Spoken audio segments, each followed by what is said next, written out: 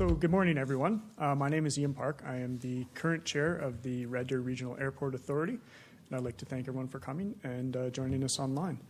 So it is my honor and duty to introduce today the Honourable Minister, Devin Dreesen of Transportation.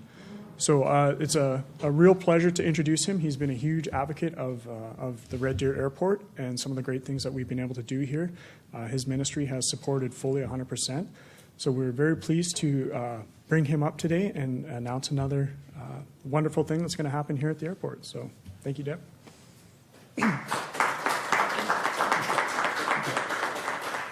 Well, thanks, Ian. It's as Minister of Transportation and Economic Corridors, you're bouncing all over the province, so it is great to be home and in your riding and announce something very significant for the region and the people here in Innisfil, Sylvan Lake. And just thank you, Ian, for your leadership of the Red Deer Regional Airport. You've done tremendous work.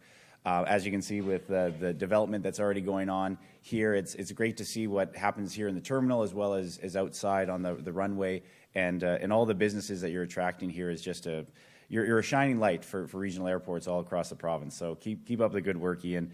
But obviously, Alberta's government recognizes the critical role our aviation industry plays in strengthening and diversifying our economy by expanding access to markets and creating jobs all across the province. In fact, the development of Alberta's airports with special attention to regional airports can help Albertans connect to major international airports and increase Alberta's economic competitiveness is actually part of my mandate from Premier Smith. That's why I'm pleased to announce that our government is providing $1.1 million in grants to 10 regional airports to support their development all across the province. Now, this funding will actually go towards new business cases and feasibility studies to support improved airport infrastructure and planning. Now, the grants are being provided to the Red Deer Regional Airport, Lethbridge Airport, Cold Lake Regional Airport, Whitecourt Airport, the Lloydminster Municipal Airport, Peace River Regional Airport, the High Level Airport, Medicine Hat Regional Airport, Grand Prairie Airport, and the Fort McMurray International Airport.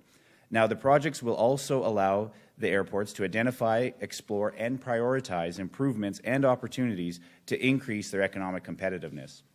The funded projects obviously vary in scope and size depending on the unique needs of the airports, such as airport certification to support scheduled air services, obtaining customs approval, airport commercial development, commercial air services, hangar development, and development of strategic business cases to restore their position as a regional transportation hub. Now, the projects will also support the business cases to attract new airlines, analyzing highest need routes, determining baseline capacities of airport infrastructure, and identifying capital asset rehabilitation and replacement requirements. So here in Red Deer, the $120,000 grant to the Red Deer Regional Airport will specifically support a land development strategy. Now, this strategy, and I know the speakers will get into more details, will help the airport identify how to leverage infrastructure and facility improvements already underway, like those that you can see here right behind me, to better position the airport as a hub for economic activity, supporting passenger flow, cargo logistics, and overall airport functionality. Now, facilitating the growth for our regional airports is a key priority for our government. Regional airports are key assets to their communities and surrounding regions. They play a vital role in medevac and emergency operations, including providing support for wildfire responses. They also support economic development in the province by connecting communities to other markets, helping businesses expand and attract new companies to the area. This investment will support the growth of Alberta's regional airports and help restore the development of new connections between our regional and international airports. We look forward to working more with regional airports to ensure they are the economic drivers of this province. So with that, I'd like to invite my friend, my mayor, Mayor Jim Wood, to provide remarks. But thank you so much for coming here today.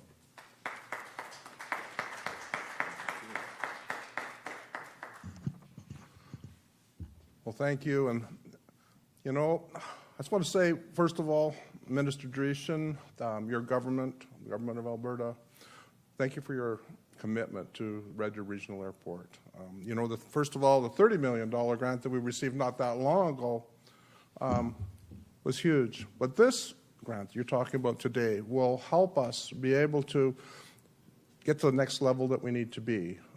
We have over 200 acres of airside lands that are ready to be developed, and customers could be here soon.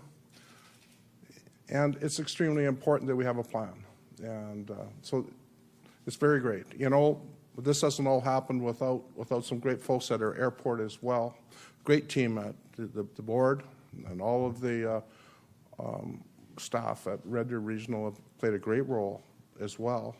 It'd be remiss if I didn't mention the city. Councillor Jeffers, you come up here, please. I want to talk a little bit about the partnership that we have with the city. This is a regional airport, and I just want to acknowledge that without the great partnership that we have with the city, we wouldn't be where we are. And coming up next week, Mayor Johnson and myself are heading down to Chicago to promote this airport, to try to bring more business in. And these types of investments probably could never happen without the commitment of the province of Alberta and grants like today. Once again, I want to thank you very much. And you want to say a few words? Go ahead. I'm putting you on the spot. Put me on the spot. Okay. Good morning, everyone, and thank you very much for your commitment to the Red Deer Airport. This is a project or a development, a future goal that we have worked well with the Red Deer County. Certainly Mayor Ken and Mayor Ken Johnson and Mayor Wood have worked very hard to promote economic development here, and the support of the provincial government in making things happen here so that it can be a reality is very important and appreciated today, so thank you very much. The study will help move to that next step, and I think Red Deer Airport's actually one of the best kept secrets in the province, and airline industry across the country should be looking for opportunity here. Housing is reasonably priced here. We are geographically located within the middle of the province, within 2 hours of 80% of the population here, and that's not by air, that's by car. So there's lots of opportunity, and we encourage everybody to take a look. Thank you. And I'd be remiss if I didn't mention that I have Councillor Kennett here. It's great to have support from Red Deer County Council and also all of our staff that are here today. Thank you. But my next duty is to actually introduce somebody that works extremely hard. Nancy Page, I think she's running this airport right now, the way I understand. I mean, interim at least for now. And I've got to know Nancy very well when we went to Paris, and how well that she does promote this airport and how great a job she does. So my job is to introduce you today, Nancy, and all I want to say is just keep up the great work. So. Good morning, ladies and gentlemen, and thank you for joining us here today. As we announce this significant step for regional airports across our province, I am proud to stand before you as the interim CEO of the Red Deer Regional Airport, and I'm thrilled about this exciting news that's been shared this morning. First and foremost, I would like to thank the Government of Alberta for all of the support, as it's been echoed by the Mayor. Just the support that you have invested into our strategic vision and our plans have allowed us that continued growth and the journey that we are on. This announcement allows or provides opportunity for business plans, development, and feasibility studies to take place to speak to the full potential of each airport across the province within the regional airport sized. We are incredibly grateful for the Government of Alberta and the confidence in our strategic plan and vision. And with this feasibility study, we will strive to continue to build on the growth that's already been attained.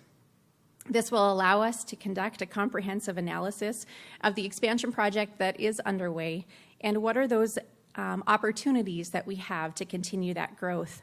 It will serve as a roadmap for guiding us and identifying viable strategies to maximize full potential of our land assets while ensuring the long-term sustainability of our operations. It will also enhance our master plan with an updated area structure plan. The development of our airport goes beyond just enhancing our infrastructure. It's about creating economic opportunities for our region by leveraging our land assets effectively as we aim to attract investment, foster innovation, and stimulate job creation. The outcomes of this feasibility study will enable us to harness the economic potential of our airport, contributing to the prosperity of Red Deer and our region.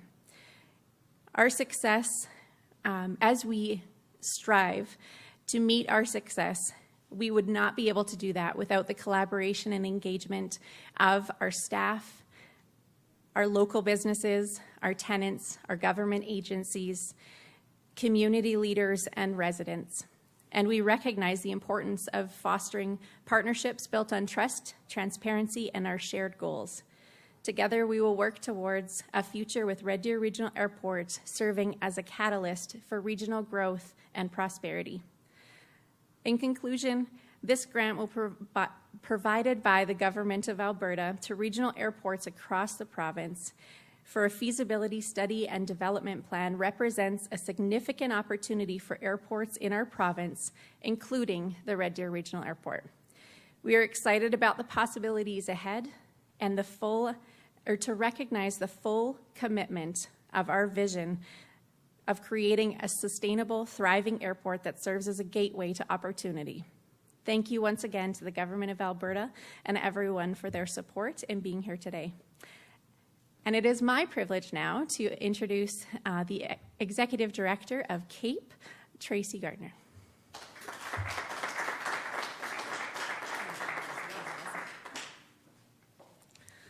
Well, thank you for the opportunity to participate in this announcement this morning.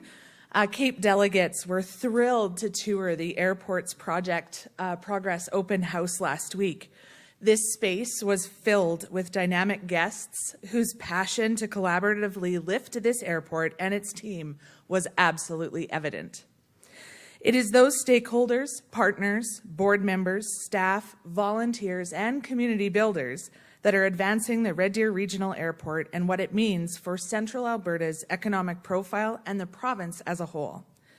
Connecting key transportation linkages, access to booming markets, aviation, prime real estate, and one of the most visionary and results-based teams in the industry are all reasons we want to be a part of this hype and the regional opportunity. CAPE acknowledges that transportation is critical to a thriving region.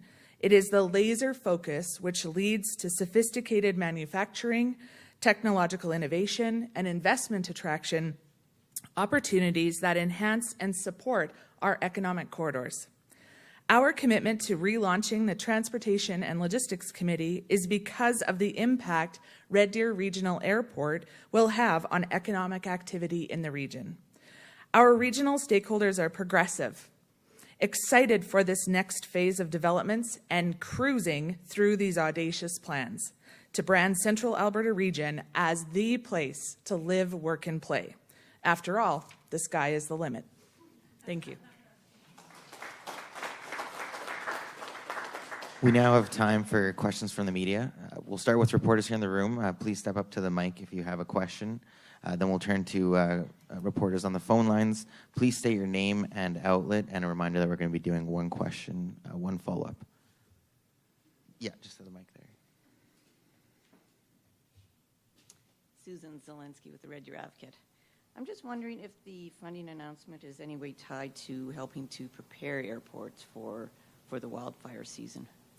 So great question. And a lot of the northern airports, their feasibility study has a big, heavy impact on when it comes to wildfire. A lot of them, whether it's NAV Canada or just wildfire responses, it's kind of like a base for our air tankers and other aircraft that fight wildfire. So yes, 100%. That is part of their makeup. That's a big. Those are big users of those regional airports. So. To get into the specifics of high level and other regional airports, those very much will be part of their strategic business case because that is their unique factor. But just here in Red Deer, Airspray actually has a contract to repair the 4 water bombers that the province has. So even though it's farther away from a lot of wildfires that have happened and are most likely going to happen again this year, the regional airports, how they tie in and work with each other is a very integrated system. So I think the feasibility study that these 10 airports are going to be able to have, if not all, will have some wildfire aspect to it for sure. would there be work done in time for the wildfire season? So I would say probably not, because we're in wildfire season already. So I think, future planning and future logistics to make sure that if there are additional aircraft that's needed, how they can better connect is something I think it would have to be for future wildfire seasons. Because, we're already in it, unfortunately, right now. Hi, Alessia Proietti, RD News Now. So you were just mentioning unique selling propositions kind of for each airport. So the feasibility study with regards to the Red Deer Regional Airport, would you mind describing kind of the specifics for this airport? Sure, and maybe I'll let Ian or others comment on their specific study, but their land development study is really how they can utilize the space. One of the great aspects of the unique assets that Red Deer Regional Airport has is just space right beside the runway. And so be able to, whether it's Buffalo or Airspray or others that prioritize and love the fact that they have that close proximity to a runway to be able to further their businesses, that's a very unique selling feature. If you think about Edmonton and Calgary, obviously any type of land development is constricted by a city or it's just not built out. So that would be Red Deer's unique position with their land development study, but I'm not sure if Ian or others want to comment further on what their big hopes are out of the study would be. Or Nancy? You pretty much got it. So.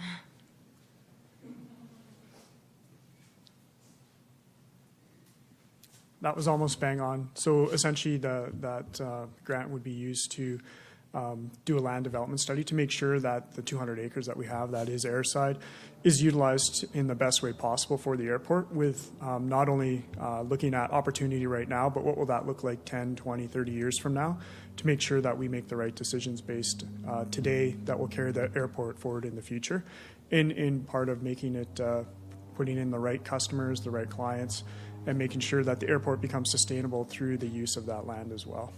I don't know if you would have the update on this, but like you mentioned, the Calgary airport, like they're developing that land around the airport, and it just keeps going almost to Airdrie. Do we have an update as of yet for this land? Have we had some sales yet? What's the update? We haven't yet, so we're still building and partnering with the county to build a road. So we don't have access to the north side, so there's 200 acres there that are airside. So on completion of the road, which I believe will be around 2026, then this study works out perfect because it will allow us to plan for completion of the road. So hopefully when the road is complete, our study will be done, and then we'll have the opportunity to best use that land moving forward. Okay, thank you. Yeah, thank you. Okay, and operator, can you please put through the first caller? Jonathan Bradley, Western Standard. Hello, Minister Dreeshen. Thank you for taking my question. You spoke about how there were going to be 10 projects receiving this funding. How did you determine which airports would be receiving this funding? So we worked with the airports. Obviously, we had a concept in mind to say, okay, if we had this type of, we are prioritizing airports. How can we help you help the development of your regional airports? So it was a collaboration of the regional airports. The 10 that applied for it, I think is probably, to be honest, a capacity issue for others in kind of when we announced this and when we wanted to make sure the funding went out. So I think that's why you wouldn't see all of the regional airports receiving this grant. But no, there was a needs assessment. We went through with all the applications to know what type of study that they would be reviewing. And the grants kind of ballpark around $100,000 to each regional airport. And for your follow-up? And one of the airports, one of the things that you really spoke about with this announcement was over for Red Deer Regional Airport. Obviously in Alberta, compared to other provinces, there aren't as many airports that do international travel. Where do you stand on expanding international travel from Red Deer Regional Airport? It's a great question. I want to grow and expand it. When you obviously to be able to have customs and to be able to compete on that the international level is something that I know the Red Deer folks are very excited about, and just the unique aspect of, especially for passenger flights, but as well as cargo flights. If you can carrier can land their cargo plane here in Red Deer for a tiny fraction of what it costs to land in Edmonton and Calgary. So when you look at if cargo flights can come into Red Deer Regional Airport, land, break apart all the cargo that they actually have, truck it out, Junction 42, just a couple miles away from here, is an impressive truck stop that's looking to grow and expand. It's already a significant footprint, is right along Highway 2.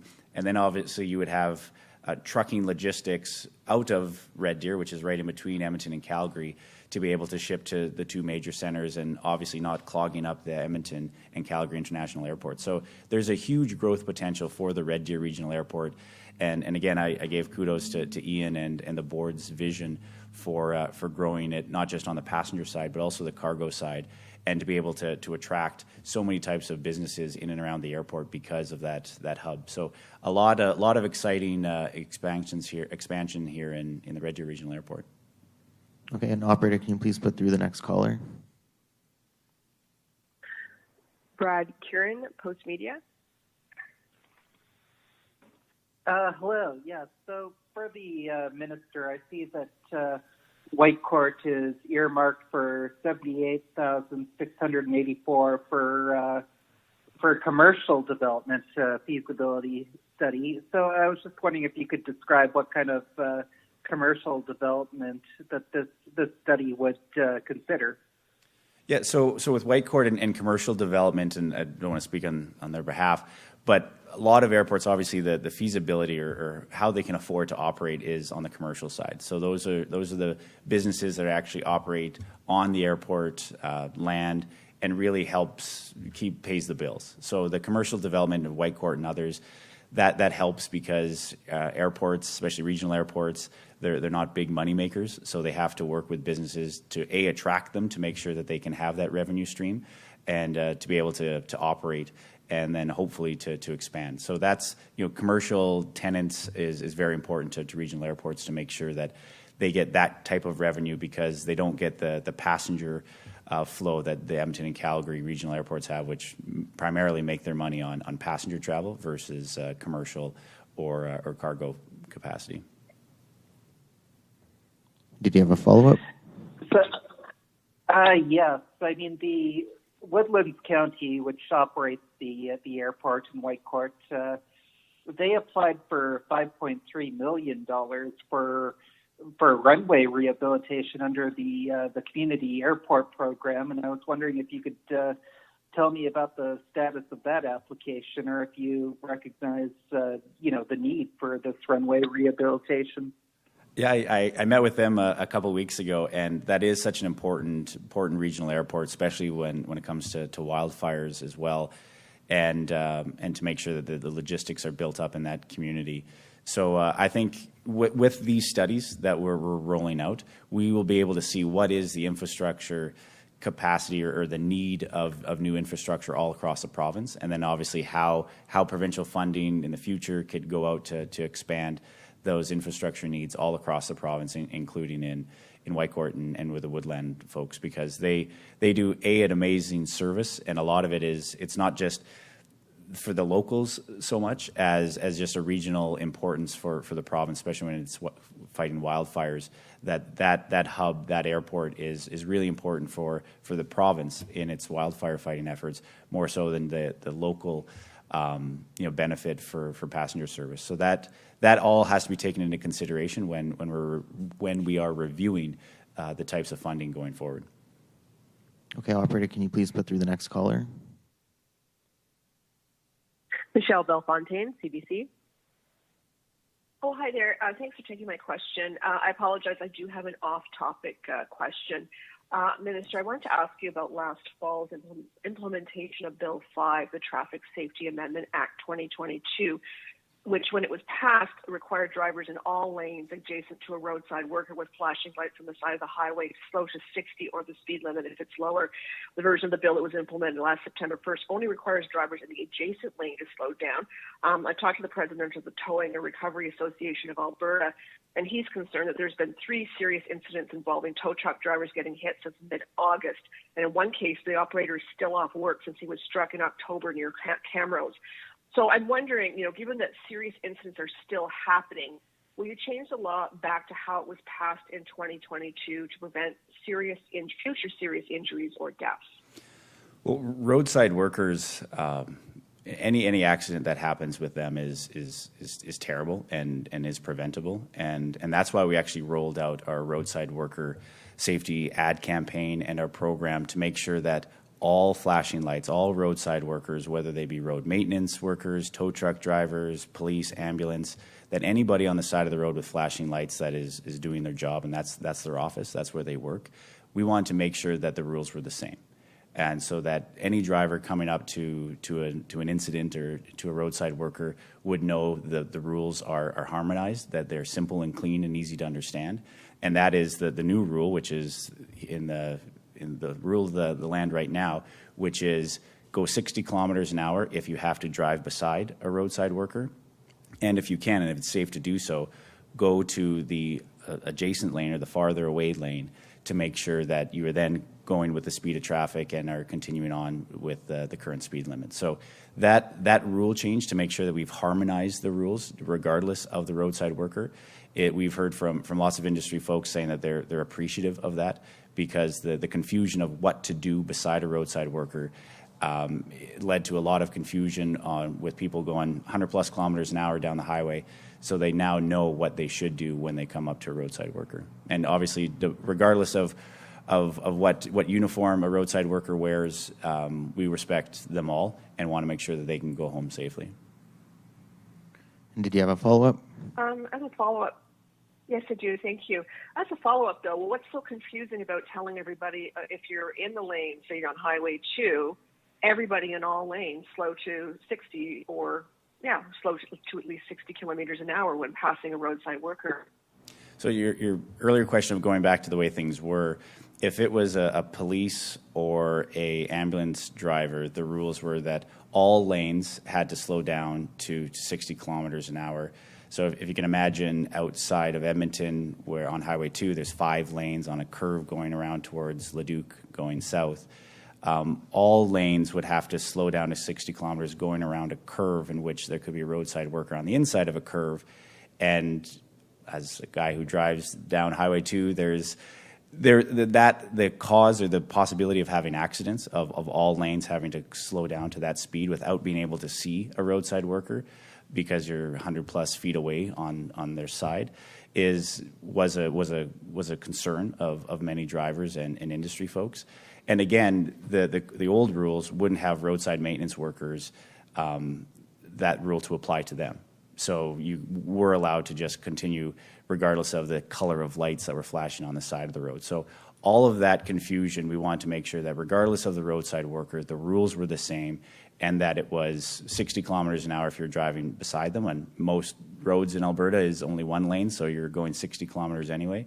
But on Highway 2 and divided highways, to make sure that you can go to the adjacent lane away from any roadside worker. So we wanted to make sure the rules were very clean and clear and understanding by all drivers in the province. That's why we had a $1 million+ ad campaign to make sure that people, when they saw flashing lights, they knew that the new rules were in place.